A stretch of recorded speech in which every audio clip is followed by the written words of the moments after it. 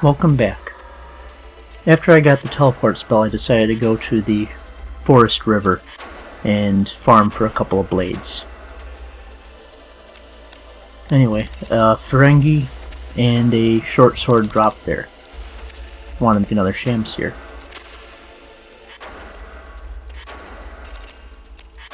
Now with that Shamseer, I can combine that with a Falchion to get a Shotel.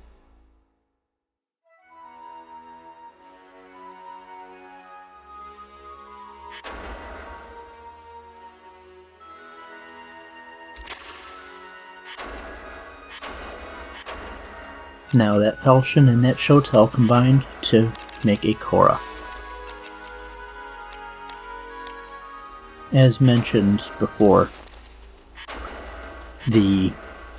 I've now reached the point where I can't leapfrog blade types together into a new form. I'll have to make another Korra or have one drop to do so. One of the sigils that I got recently brings you back to the wine cellar, the room where you fought the Minotaur.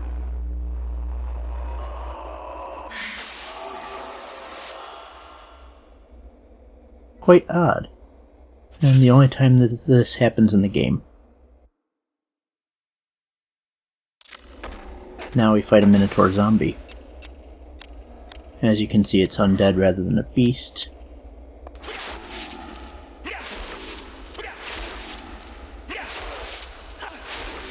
And it's tougher than a Minotaur, but so are you.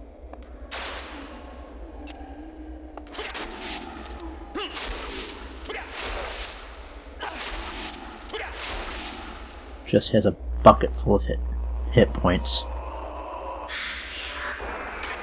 Tarnish doesn't do too much. All it really does is just weakens his physical attack due to weakening his weapon.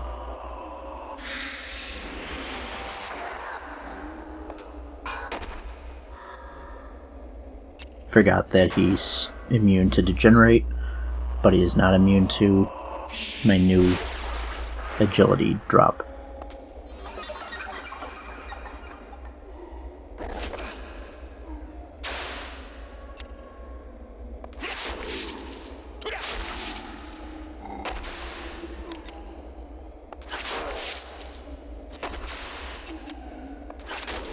Anyway, despite the fact that I can go here right now, it honestly is not that... It's not as beneficial as it could be. I could skip this for a little bit and come back to it later. Because since the room has reset, the chest is also reset. But it's one of those pesky ones that's locked by the chest key.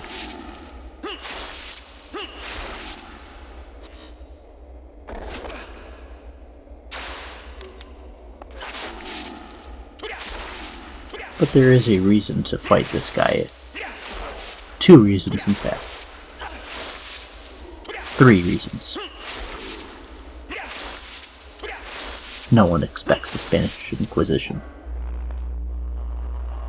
Which... funny I should say that. But you'll see why.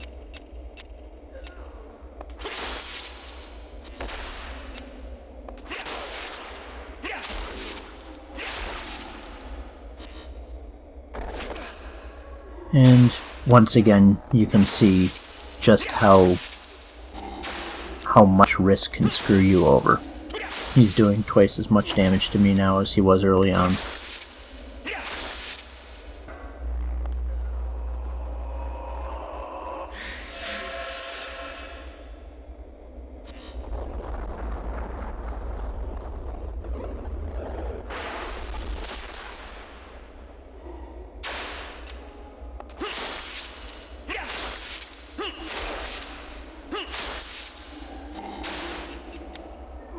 I decided at this point to go for the torso since I don't really need to worry about chain evade there.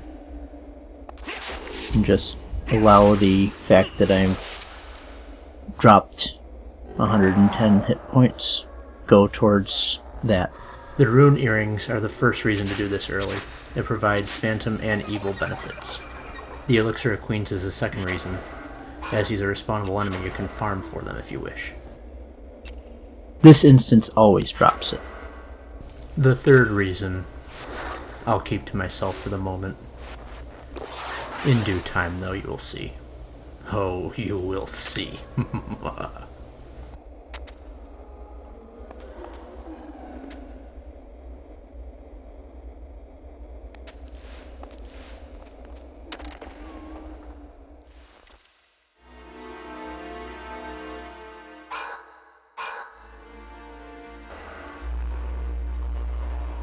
Anyway, let's go back to the Iron Maiden.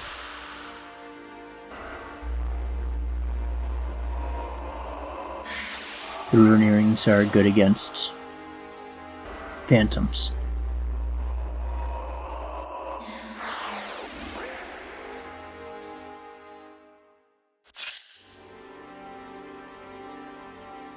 And that's a very good thing right now. A good silver sword, phantom boosting equipment, and I'm ruining these guys' day.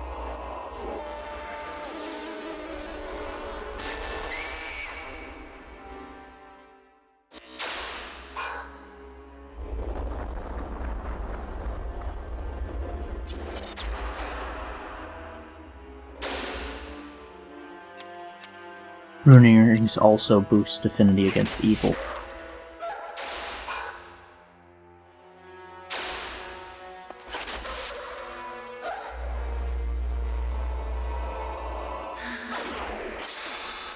I'm in such a good mood that doesn't even bother me.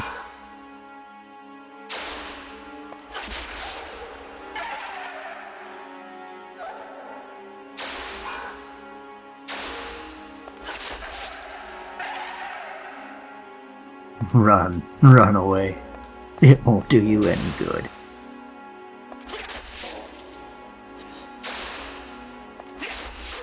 After fighting imps, gargoyles are nothing to worry about.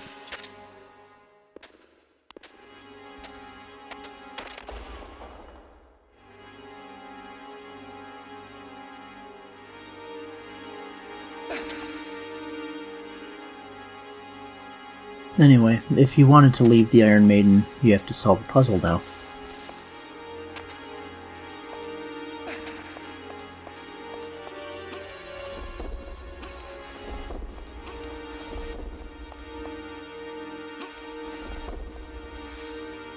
I'm solving it now because, and as you've seen, I have the puzzle solver option, or I have it so that once you solve a puzzle it finishes. Some of these rooms are finicky, and since it's a one-way street, sometimes when you're coming back out of the Iron Maiden, it'll decide that, well, you obviously already solved the puzzle, so we'll solve it for you. And as you can see from some of the names in the Iron Maiden, and the fact that it's called the Iron Maiden, there's a theme in the room names. Torture devices and methods of torture.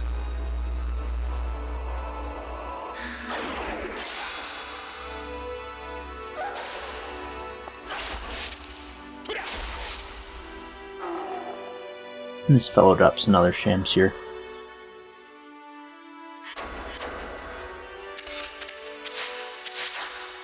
Maybe I'll do something with it later.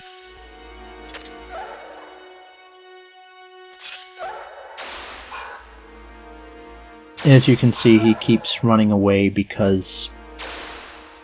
and they do have a physical attack, but their main interest is magic.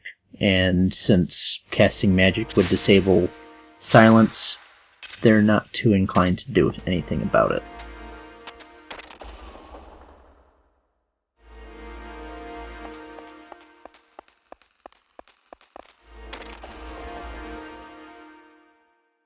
Forgot to mention, the previous room has mummies. Another undead reskin. This room has another enemy, a shadow.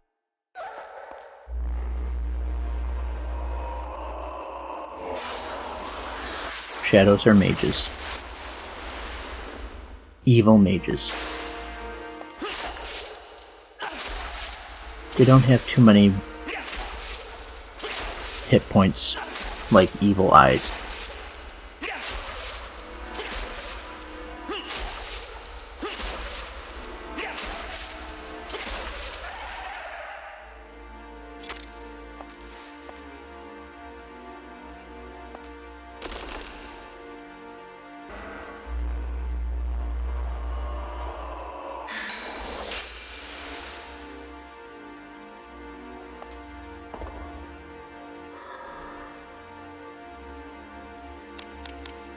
Valence is another wine.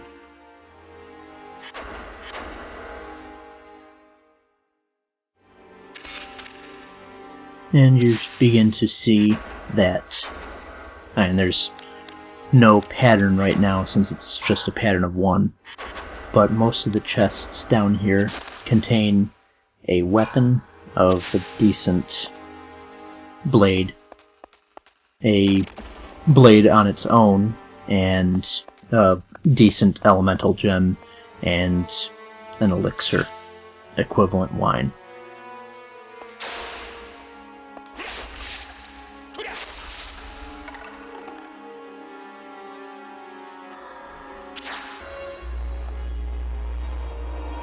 Not having any of that.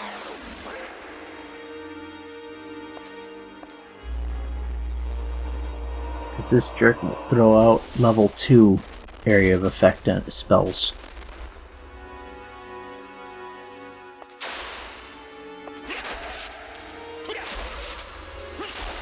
Magic Ward is absolutely vital.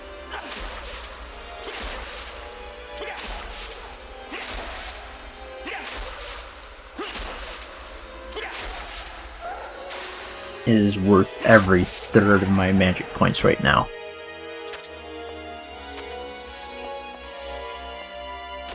Pesky chess key.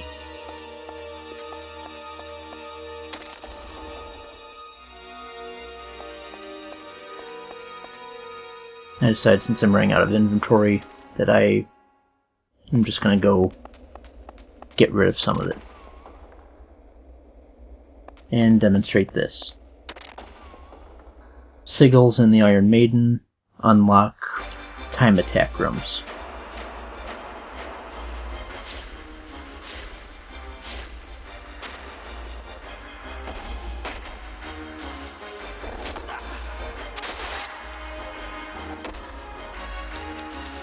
Just wanted to show something off here. He's naked except for his weapon. If I was so inclined, I could farm for it. I could farm for a giant fucking iron mace.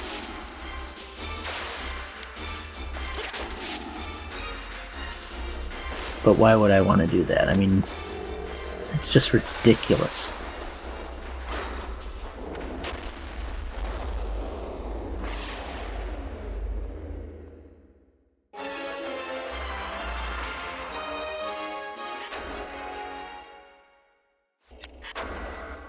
Anyway, just wanted to show off some more things. I've used the sword 770 times. Killed a bunch of enemies. Got a record time. But more importantly, you can see that if you attack 500 times with a given weapon, you get a title.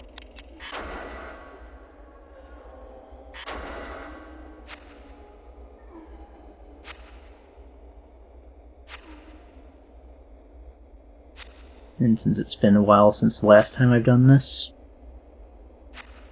have some enemy textures.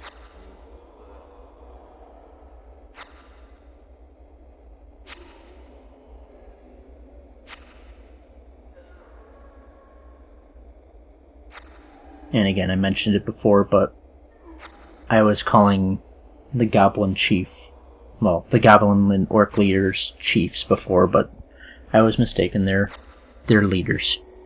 It's a nice touch that the lizards have that reptilian, like, just jerky twitches and movements.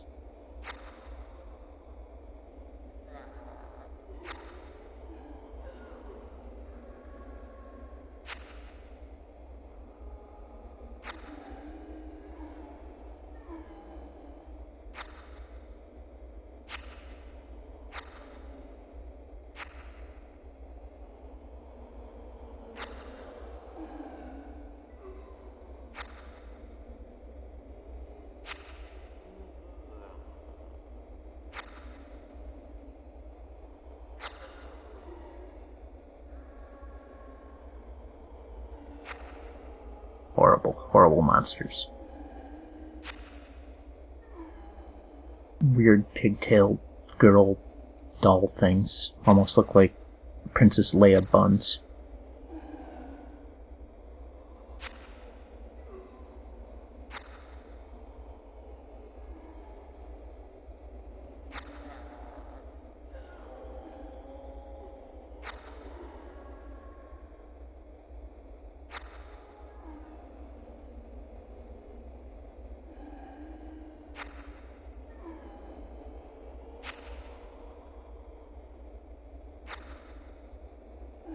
Can see his magic pants anytime I want now.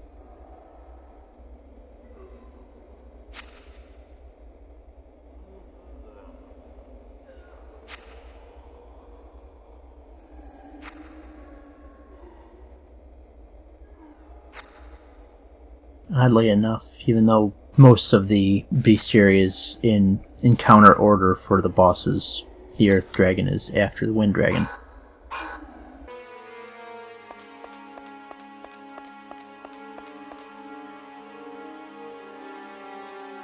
Anyway, after doing that cleanup,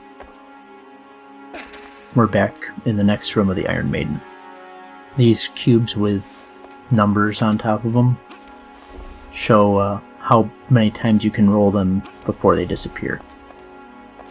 Or that they will disappear after these many movements.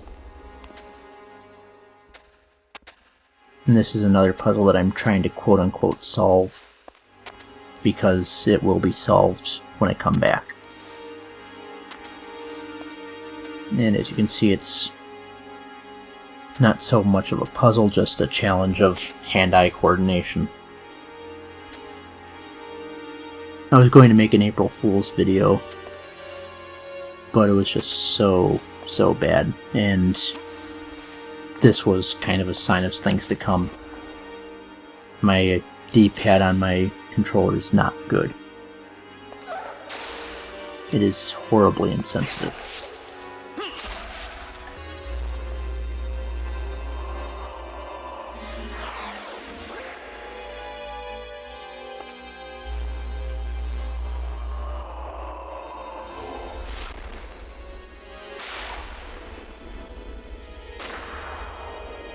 And like most enemies, these guys do drop the spells that they cast.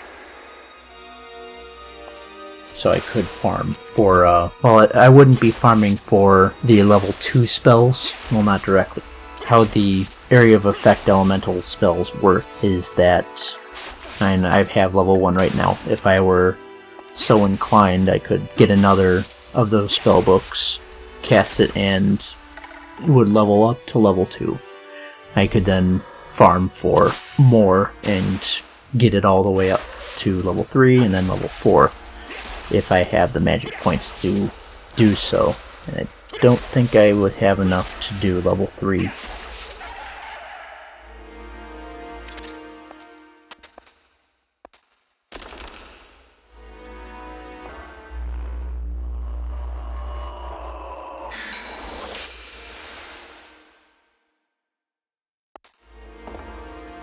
And again, powerful weapon, powerful blade, and some more junk as well.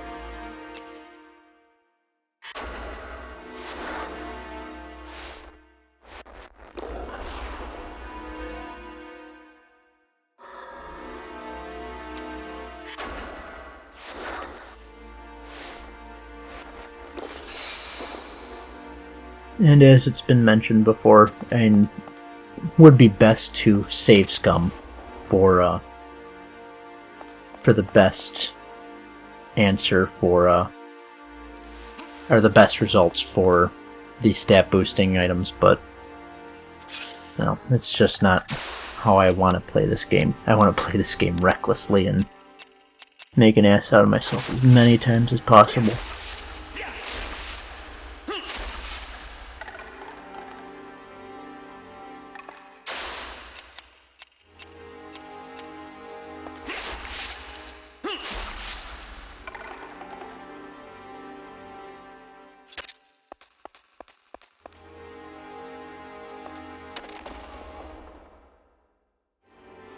Time for another mini-boss. Just in case he gets a chance to breathe on me, I want this on there, number 1. Get the shield ready. And since I managed to get under his neck, I'm gonna go to my dragon slaying stick. This is the Wyvern Knight, by the way.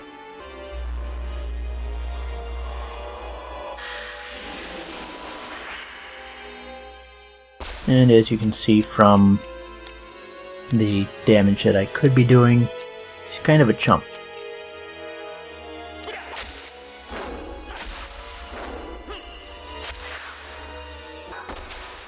An agile chump, but a chump nonetheless.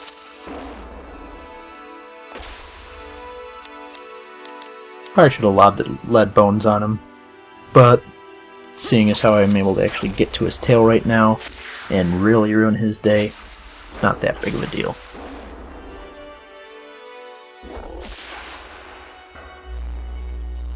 Maybe gonna make it even less of a deal.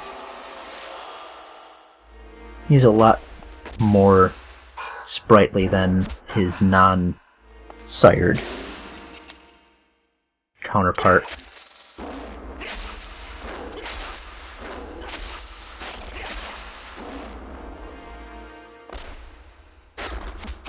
But who cares?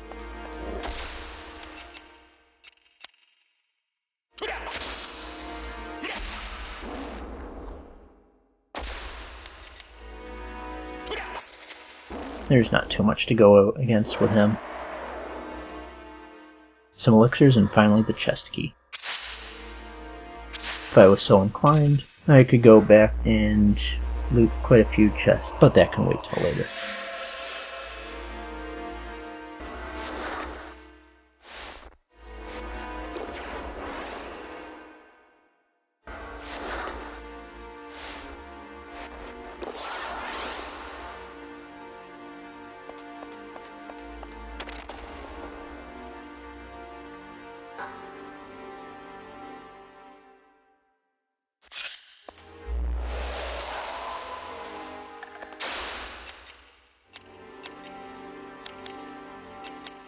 Ouch.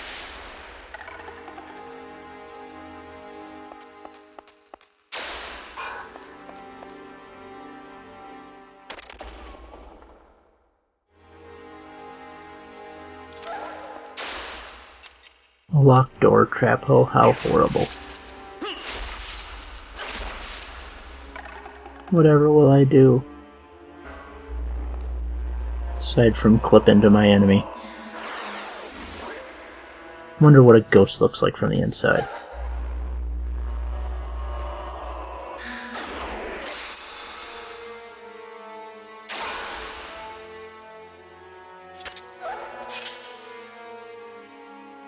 Come on. Jerk.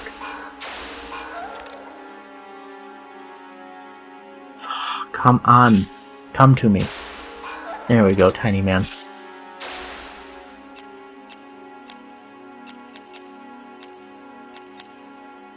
Kind of entertaining how I start to attack it immediately shoots up to full size.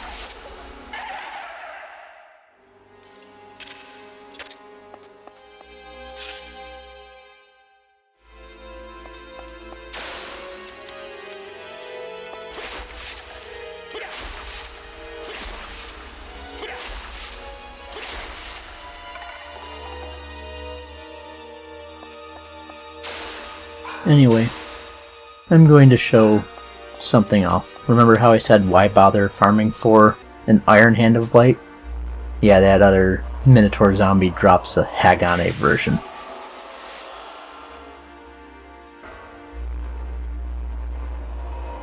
I want a blunt weapon for what's coming up. And what better blunt weapon than something that theoretically probably weighs like 5 or 6 times Ashley's weight.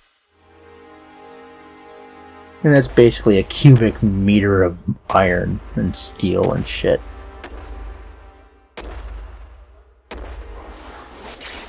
Against an iron golem. I just saw that and I still don't know how...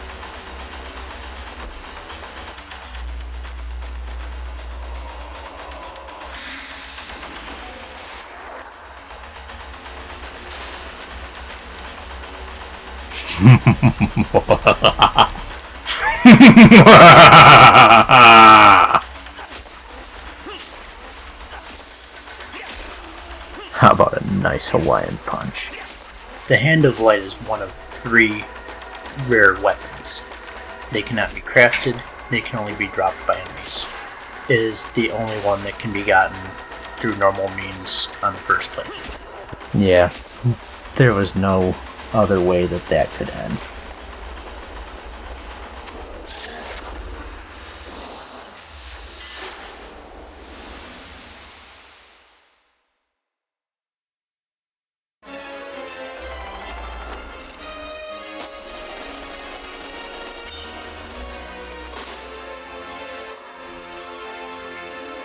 Another door to a time trial that I don't really care about. It's against an enemy that doesn't drop a immediately obsolete piece of garbage. It's a little bit too far away to jump to that. Obviously can't use the frictionless cubes to bridge that gap.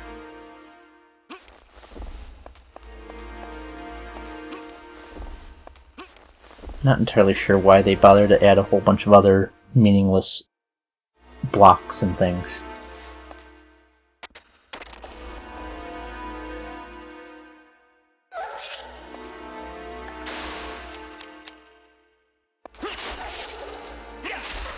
Oh no, silence. Whatever will I do?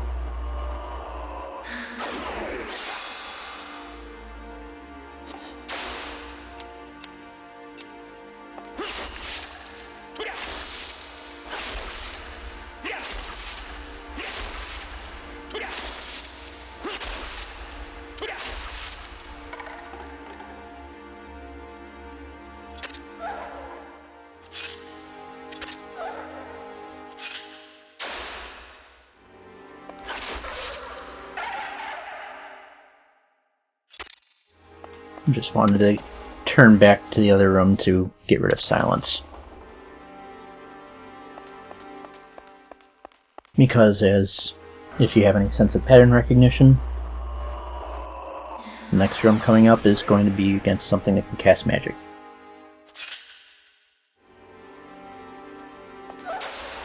Get rid of that jerk.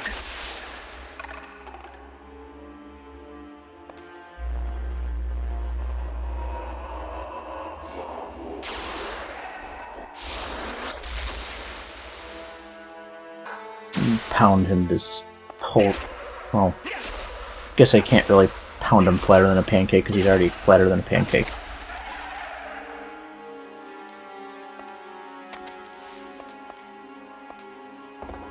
The Red Viking is a Korra sword.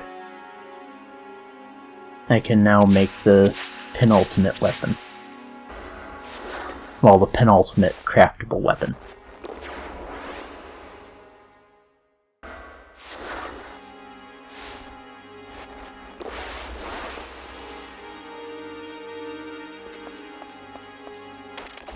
That is the last room that is really necessary, or, well, not even necessary, but productive in the first playthrough.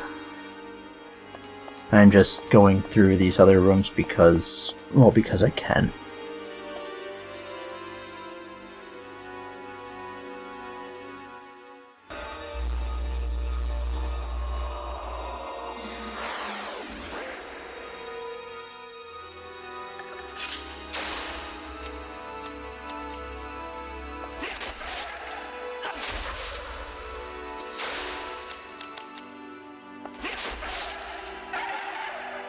And this is the final room that I can actually do anything in.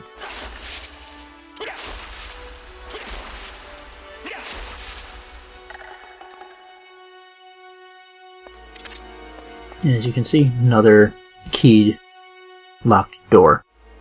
Even though it kind of looks golden colored, it's a steel key.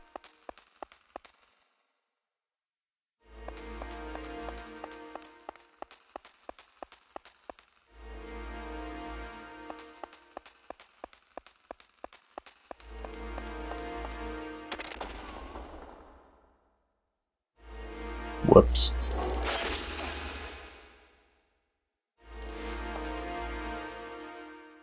Anyway, the puzzle that wasn't really that much of a puzzle anyway solved itself, and can get out.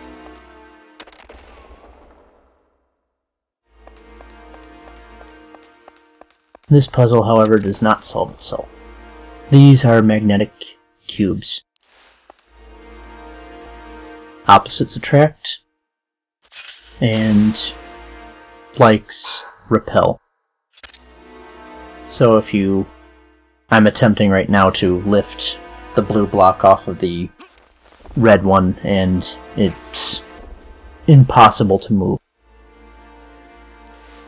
So I need to try and somehow get one of the blue blocks onto the next level up.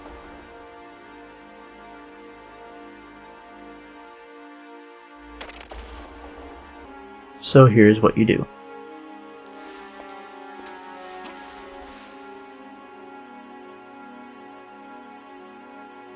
Not sure. Well, you don't need to do that. I don't know why I did that. Anyway, get that one out of the way. Can't put it on the red one because otherwise I wouldn't be able to get it off. So now that I did that, I can move this one back in place and get that one up in the air to lift up.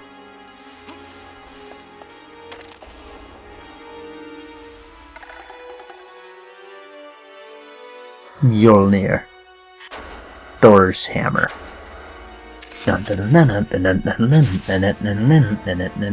And this is another puzzle that was solved.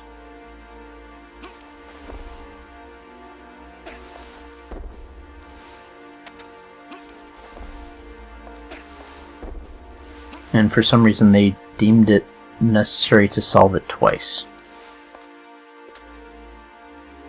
I'm not entirely sure what those cubes on the lower platform accomplish.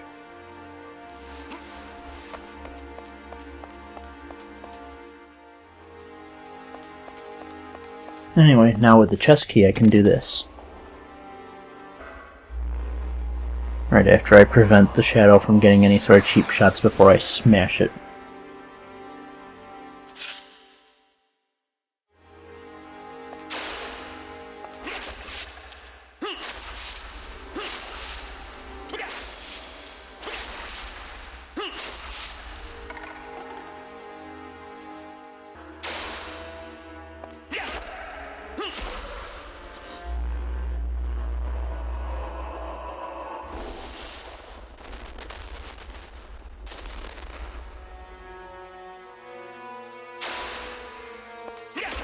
Just look at that, it's so utterly ridiculous.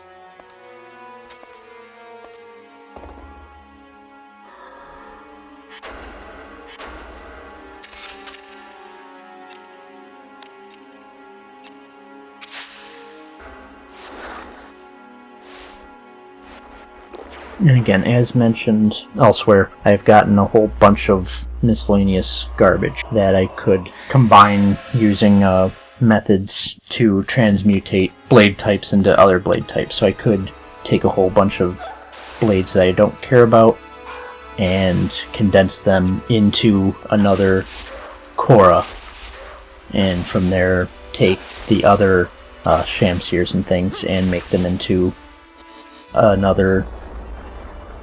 Well, no, I'm getting ahead of myself. We'll see that later, but theoretically I could make the ultimate weapon soon. But I'm not going to.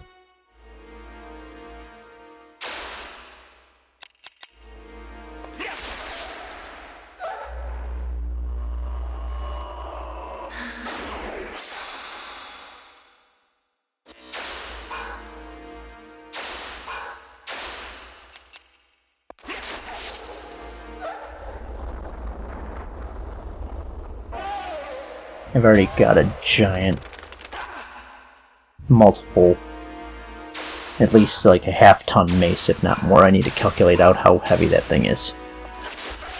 Anyway, this is the reason why I kept this room in the recording, because against all odds I got a Dark Chant spellbook.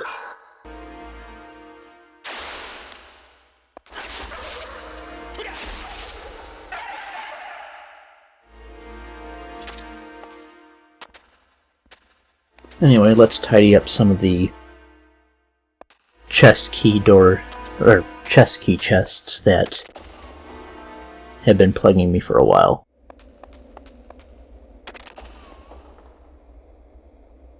I'm gonna unlock this, but I'm not going to go into it. I don't need to fight another dragon.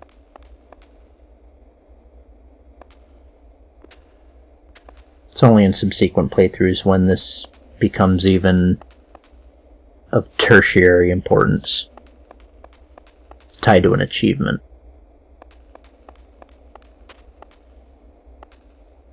Anyway, number 1.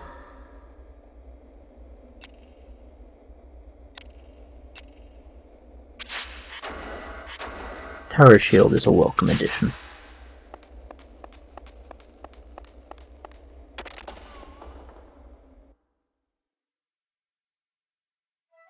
Anyway, now that I've got a Korra and another Korra, becomes a Kopesh. 2 Kopeshes would become a Wakizashi. If I was, like I said, if I was so inclined, I could make a Wakizashi this playthrough.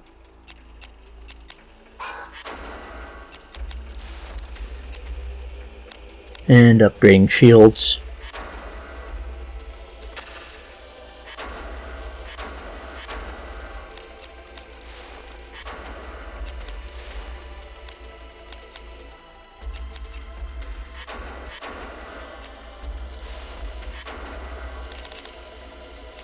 Misaglia, I think. Kinda easier to pronounce than Jambo. Which makes it infinitely better, obviously.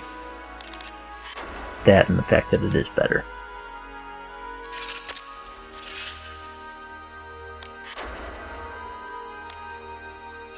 Anyway, nice beefy weapon.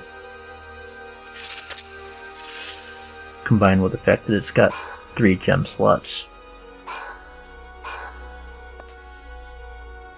Anyway, back to the catacombs. This will be the 3rd chest that I can open with the chest key. I'll deal with the other one next video.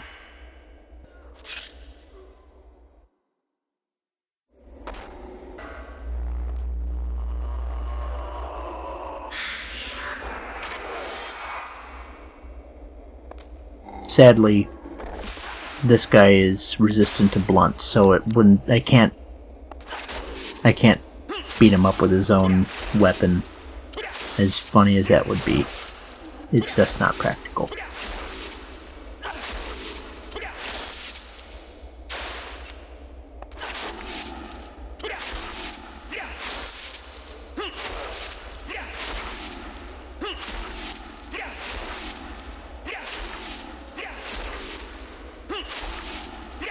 Anyway, with rune earrings, these guys are jokes.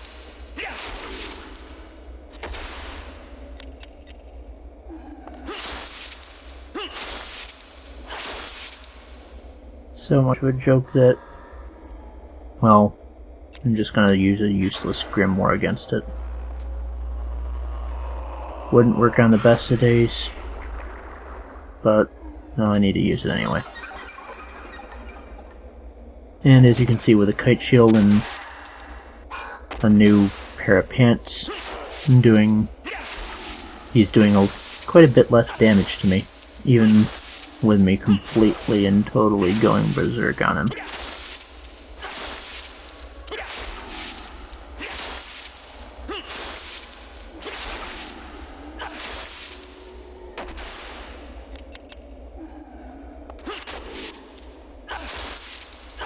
And obviously at this point there's no reason not to just keep chaining.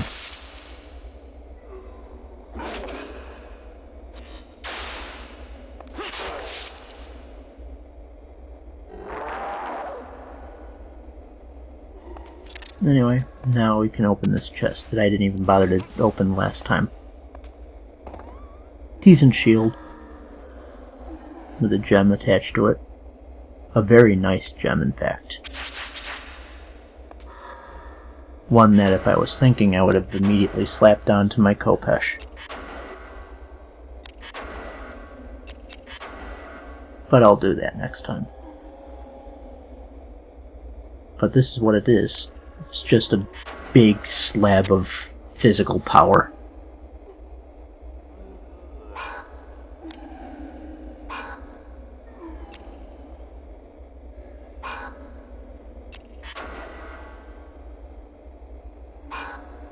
And just to cap things off, before I say goodbye, let's just piss away the Dark Chant Grimoire, just get into my menu.